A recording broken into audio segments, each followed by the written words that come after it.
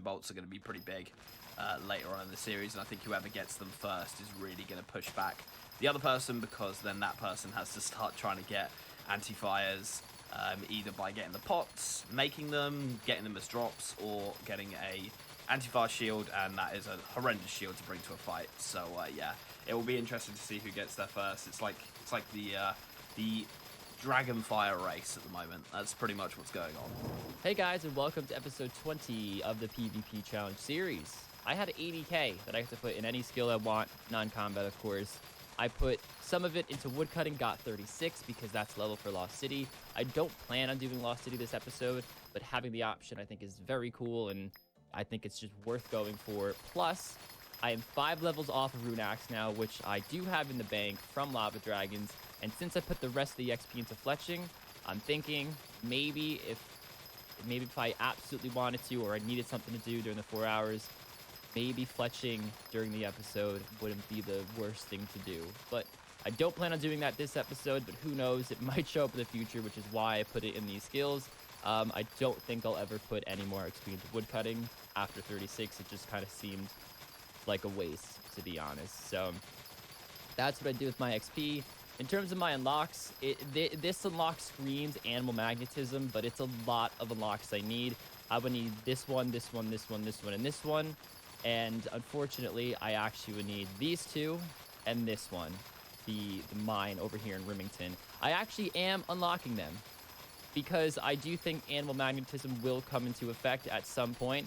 So that's why I am unlocking them how I am unlocking them. Of course, I had to connect this to the big landmass and then unlock those because they all have to touch. But I can't do it this episode, of course, because I'm now missing all of this. So that was my plan. We now have a limited prayer pots, and I'm thinking with this, I should use it to my advantage. We can now kill things using Eagle Eye on pretty much everything we want. And I think there's one flaw, well, major flaw in my plan right now, and that's that I'm still rocking an Addy Kite shield. I just think if I had any other shields, and literally any other shield better than an Addy Kite, that fight might have been mine in the last episode. But yeah, that's pretty much it, to be honest, guys. Nothing too exciting that I want to talk about. Again, we don't always talk about our plans because I don't want to give Kins any ideas. So, you know, we'll talk about it later on in other episodes, but I don't want to spill everything that's on my mind right now. So I'm just going to start the timer, and we are going to hop into this and do Jungle Potion. Let's go. There we go, Jungle Potion completed, 775 Herbal XP. Not going to do anything for the account right now, but it does open up at least 3 or 4 things that I want to do in the future, as I was saying, along with all the other stuff. I'm not sure if these are the snakes that we need to kill to get the snake hide, so let me just check. I don't know. If we get the snake hide together, we can make snakeskin boots as well, so I'll have to look into that. I know it's in this area somewhere. But I'm not sure if you have to actually do the mini-game, the clean-up mini-game to get the snakes that you need to kill. So I'll look into that. We've got to come back here anyway to do Charlotte Village. I'm just popping up to the Tazar Bank right now. Alright, we're now pretty much done with Charlotte Village. We've just got a few bosses to kill here, actually. And boom. Didn't bring magic. I just completely forgot to do that, to be honest. So yeah, we're just going to do it in this. I got a prayer pot with me, so we're all good. I think I can probably put the Amulet of Strength on as well. Yeah. We had to wear the Beads of the Dead for the quest, but I think, yeah, as I say, I think we're good. Yeah, there's 3 different variations, and they can all be, protect from melee. They all use melee, so really not a big issue. And yeah, I think the quest is pretty much done after we do that. So not too bad to do those 2 quests, probably 40 minutes total it will be in the end. So yeah, not too bothered. And there we go, 2 quest points, access to Shiloh Village, and 3,800 crafting XP. Beautiful. Oh, we got 63 crafting there. Very, very nice. Okay, the next thing I want to do is get a range level. If I get 1 more range level, I actually go up a max hit. With the ranging pot and all that good stuff, so I think that's going to be what we go for. I'm gonna send a home tally, and we'll probably do grubby keys again, just because that's going to make the most sense. I think with the rune crossbow and runite bolts, and being at the undead druids, we can get like 40-45k XP an hour, which is pretty good. And on top of that, we get the grubby key chances. So, yeah, we're going to do probably just under an hour. Yeah, just under an hour of training there. And then My thought process is maybe I can kill Tazars. Kill Tazars. Why?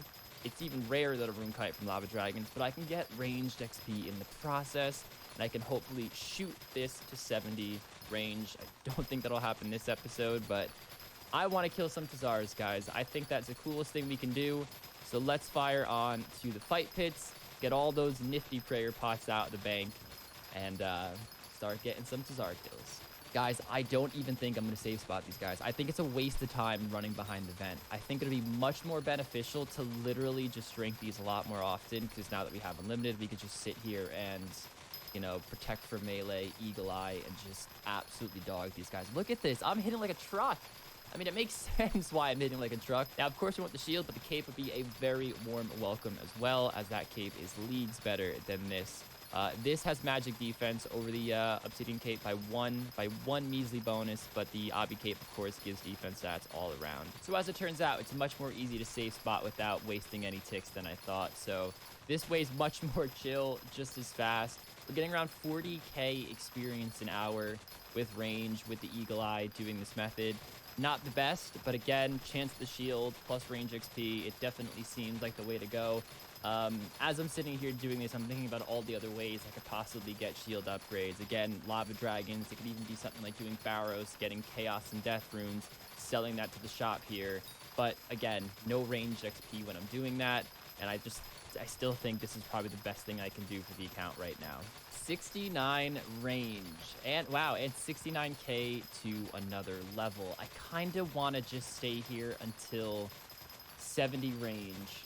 And then whether we have it or not, we leave. If we get the cape and the shield somehow in 69k XP, then I'll also leave. But I think showing up at 70 range on the fight is just a great level to have. It's a very high range level at this point in the series. I am going to die.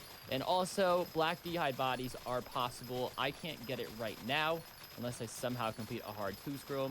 That'd be very, very hard to do. Of course, I am a bit of a ways unlock from actually getting the black D'hide body, because I'll have to unlock all up here, and that's just a lot. That's a lot. That's a lot. So let's get 70 now. Let's hopefully get that shield, and then we'll move on to bigger and better things. This is going to be the range level coming in. No grubby key, unless we get it in the next kill. No grubby key. Really, really upsetting, to be honest. The druids really haven't been great to me with the grubby keys. So yeah, a little bit annoying, but that's the way it goes. Can't win them all. But talking about other things, 61k just in alks and GP drops. We've got a few herbs. We've got loads of runes here. The lore runes, they're not all dropped here. I did bring a few because we did a little teleport, but the rest I think are all dropped. I think I did bring a few nature runes and fire runes as well for some startup alks, but since then we've had so many drop. So yeah, I mean, that's the reason why I went here instead of the red dragons. It's just because we can get a little bit of loot. There we go, there's a 65 range coming in. We can get a little bit of loot, which will help me just with my passive money sort of grind. But I do think we are going to have to go for the baby red dragons if we want to go for grubby keys, just because we'll kill so many more of those in the same amount of time. So yeah, this might be my last time at the druids. I don't really need any more money. We're looking at quite a lot of money now. Are we going to get this kill before the prayer runs out? We are not. Come on, grubby key. Grubby key. Please. No. No grubby key. Okay, so now that we get unlimited prayer pots, it sort of strikes me that I could probably try and go for a Obby Cape or a Obby Shield. Both would be huge. We've got unlimited prayer pots, so I can just sit here, ranging with Eagle Eye. I looked at the DPS calc. It's very, very similar DPS as the Undead Druids. So I should be looking at like 40, 45, 50k XP, somewhere like that. Doing this. It's a 1 in 512 chance of getting one of the items, so it's like a 1 in 200-ish chance of us pulling one of the items. So I thought, why not? Let's see what happens. We'll give it a few kills and we'll just go from there. We're going to bank right here. I can just keep stocking up on prayer pots. And yeah, we'll just see what happens. Do these guys drop them as well? Yes! Yes, yes, yes, yes, yes! Guys! Yes! Holy crap! I was getting so nervous that I wasn't gonna get anything. I mean, I'd prefer the shield, don't get me wrong, but we got something. Incredibly amazing upgrade. Slightly less magic defense, but higher defense all around, especially that slash defense is what we're going for. Ah. Yes, I am freaking hyped. Wow. Yes, let's get the shield now. Imagine we get the shield too. We've been here for quite a while. But 70 range is now achieved. Means Black D-Hide, which I don't have yet, of course. Yeah, there's still an hour and 15 minutes left in the episode. We have other things we want to do, so I'm going to finish off this last Czar. Maybe we'll get the shield. Maybe we won't. But we did get the cape. But no shield, unfortunately. Still rocking that Addy kite. Shield? No. Damn it. So like I said earlier in the episode, guys, we have a rune axe in the bank with 36 wood cutting. And the reason why I got that 36 wood cutting alongside Lost City was to try and fletch during the episode. I wasn't sure I'd be doing it this episode. I don't know what the XP would be like at all if we're talking hourly rates. I can make Willow Longbow's U, unstrung that is, and I have no idea if it's worth doing it or not, but I'll never know unless I try it. So we're going to try a little bit of wood cutting. We're going to fletch them into longbows, bank them. Actually, I'll probably just drop them, to be honest. It'll be faster with the ship drop. And I'll get back to you guys very shortly just to see what the XP rates are like. If this is like 20k fletching experience an hour, it probably isn't worth doing it, but I definitely want to at least try it and see what it's like and just have a nice baseline to figure out if this is something I ever want to do in future episodes. Because, of course, I got to cut the logs and then fletch the logs, and that's where it gets pretty annoying. The XP is absolutely trash here, guys. 14k experience an hour. I'm definitely not going to do this during my progression. Maybe it'll go up much quicker with a rune axe. 3 birds nests, though. I don't even know how that happened. I think I am just going to get my rune scimitar out and start training at the baby reds. Maybe get some keys and get a defense level. I am very close to a defense level, so let's go do that, guys. I will see you in the caves in the Forthos dungeon. They only dropped the cape, and to be honest, the cape isn't something massive because we will go for a fire cape at some point. I did consider doing it this episode, but I just don't think it's worth it yet. If I do have a failed attempt, no drop. If I do have a failed attempt, it's really like it's a bit of a waste of time, and obviously we're still fairly low on some stats. I'd rather just do it when I know that I'll get it straight away with no problems. But you know, the shield would be really, really huge because it actually gives higher range defense than the rune kite shield does right now, and it also gives a melee attack bonus or strength bonus of 5, so it would be really, really huge to get. I'm fucking raging. I am raging. It drops 3 items. 2 of them I'd be more than happy to get, and we get a fucking Ketom. I'm raging. I am fuming about that. I don't. Is it worth bringing? You know, range, bolt, and then bring out the Ketom every so often. Could be worth bringing, guys. I'll have to look into that, but it's definitely not the one I would have wanted. The XP's decent. I'm staying here. We're getting a little bit of Tuckle. We're also getting Insult Heads, so yeah. I am in shock. When I saw that item on the ground, I was like, yes, this is it. Fuming. Oh, also I had the V-clock minimized again, that's why it wasn't going, but as you can see, we're still going. We're still going. That is 66 range coming in. I'm just going to get an HP level as well. I think what I'm actually going to do is we're going to go over and try and get ourselves a grubby key at Red Dragons. Yeah, I think that's what we're going to do because, you know, this is good. Unfortunately, we didn't get it, but we did get that. You know, Obby Mall, and that will sell for I think 18-ish K Tuckle, so it does save me a lot of money, or at least Chaos Runes and stuff like that because of that. So it wasn't a complete waste of time. We also got the range level, 66 range now, which is awesome. I might go for a defense level because that does need to get to 70 anyway. So, yeah, we might go melee. Yeah, fuck it, let's do it. Hey, we got a grubby key. Yes. Okay, I'm getting a little bit low on HP, so we're going to dip out. But before we do that, let's open up the grubby chest and see if we're going to get anything decent. I want to see ranging pots, to be honest. A half pot would be amazing. Oh, we don't get it. Oh, we do get bruised, though. I have been doing a ton of thinking with how I possibly want to introduce poison in my plan. Range is actually really bad when it comes to poison, and I mean really bad. Between melee and range, they can't even be compared. It's leagues different. With melee, you have a 1/4, 25% chance of poisoning your opponent if your weapon has poison on it. 25% chance. With range, it's halved, so 1/8, 12.5% chance. Range also does half the damage with the poison. And let's say I even got a weapon poison drop, because of course if you have the poison, just you might as well use it. It's extra DPS.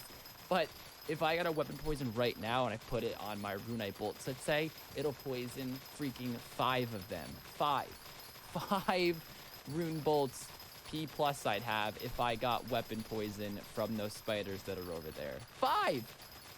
It's that at that point it's not even worth bringing, because then I have to waste an inventory spot to freaking bring those, and I might not even poison him. We all know my poison luck.